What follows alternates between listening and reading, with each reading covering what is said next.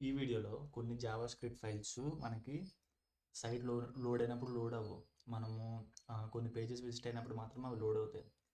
దాని ద్వారా వచ్చే వల్నరబిలిటీస్ ఏవో మనం చూద్దాం. ఫస్ట్ ఆఫ్ ఆల్ ఇది నేను ల్యాబ్ కోసం ఈ సైట్ తయారు చేశాను. ఓకే, నెట్వర్క్ ట్యాబ్ ఓపెన్ చేద్దాం.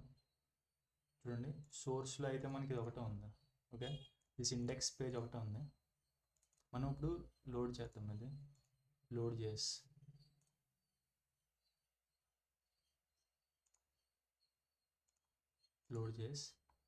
చూసారు కదా, ఇప్పుడు మనకి ఇది లోడ్ అయింది. ఫస్ట్ అయితే ఇది మన దగ్గర లేదు.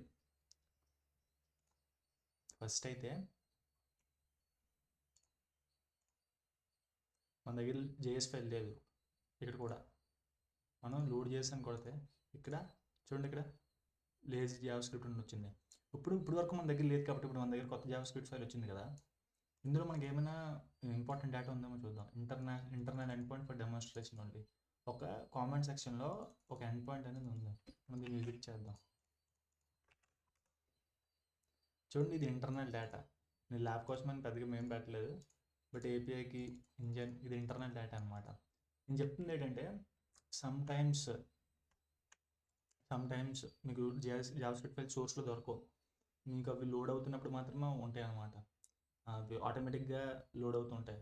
ఆ టైంలో మీరు ఆ జావా స్క్రిప్ట్ ఫైల్ చెక్ చేయాలి. ఎండ్ పాయింట్స్ అయినా సీక్రెట్స్ అయినా ఏమైనా ఉంటాయి. అవి మనకి విజిట్ చేసినట్టయితే మనకి ఏమైనా సమ్ ఇన్ఫర్మేషన్ దొరకవచ్చు. Like you may lead to find a bug. Okay, this is like that only. Okay, ఈ వీడియో డెమోన్స్ట్రేషన్ పర్పస్ అదే.